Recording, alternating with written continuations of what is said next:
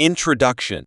In a dramatic turn of events, Karoline Leavitt, the rising conservative political figure and former press secretary, made headlines after removing a persistent liberal reporter from a press conference. The heated exchange took place when the reporter, known for her sharp questioning, repeatedly pressed Leavitt on a controversial topic. The incident has since sparked debates about press freedom, political bias, and media accountability. Was Leavitt justified in her actions, or did this mark an unsettling precedent for political discourse? Let's break down the incident, the reactions, and what it means moving forward. The setting: a press conference turned confrontation. The event was supposed to be a routine press conference where Karoline Leavitt addressed policies, party strategies, and upcoming plans. Held in a packed media room, journalists from various outlets gathered to ask questions. The tension began when a well-known liberal reporter, identified as Sarah Collins from a mainstream media network, repeatedly questioned Leavitt about her stance on election integrity and voting rights. Collins, an assertive journalist with a history of challenging conservative figures, continued to push the topic despite Leavitt addressing it multiple times. According to witnesses, the reporter's tone became more aggressive, insisting on a response that aligned with her perspective. Leavitt's response: firm and unwavering. Karoline Leavitt, known for her poise and confidence, initially attempted to handle the situation diplomatically.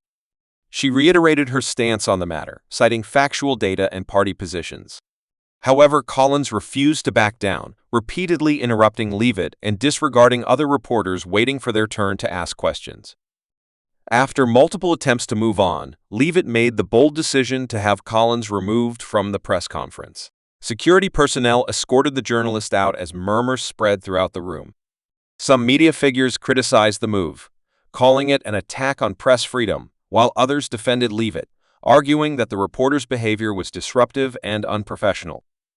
Reactions and fallout.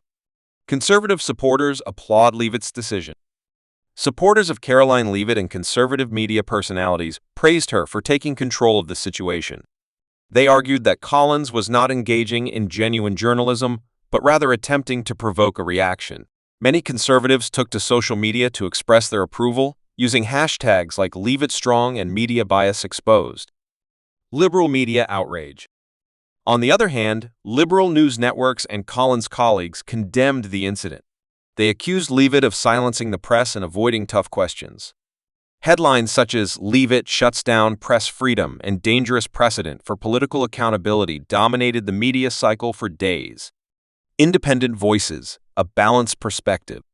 Independent analysts and political commentators took a more nuanced approach, pointing out that while politicians should be held accountable, journalists also have a responsibility to conduct themselves professionally.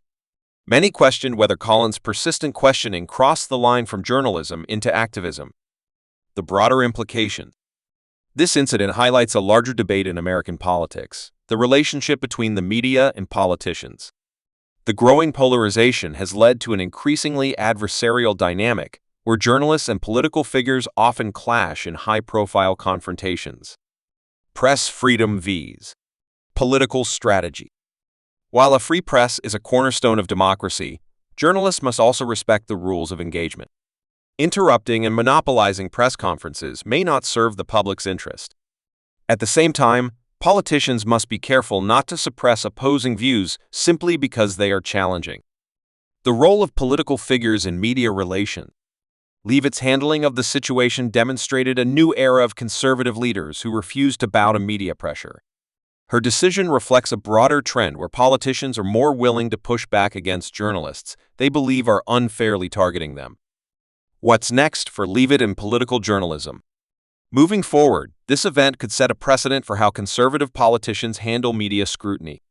Will others follow Leavitt's lead, or will this spark a larger discussion on media ethics and journalistic integrity? Meanwhile, Sarah Collins has vowed to continue her work, arguing that tough questions are essential to a functioning democracy. Whether this incident strengthens or weakens her credibility remains to be seen. Conclusion. Karoline Leavitt's decision to remove a liberal reporter from her press conference has fueled passionate discussions on both sides of the political spectrum. While her supporters view this as a justified response to media bias, critics see it as an attack on press freedom. The incident serves as a stark reminder of the deepening divisions in American politics and the evolving role of the media in shaping public discourse. One thing is certain, this debate is far from over.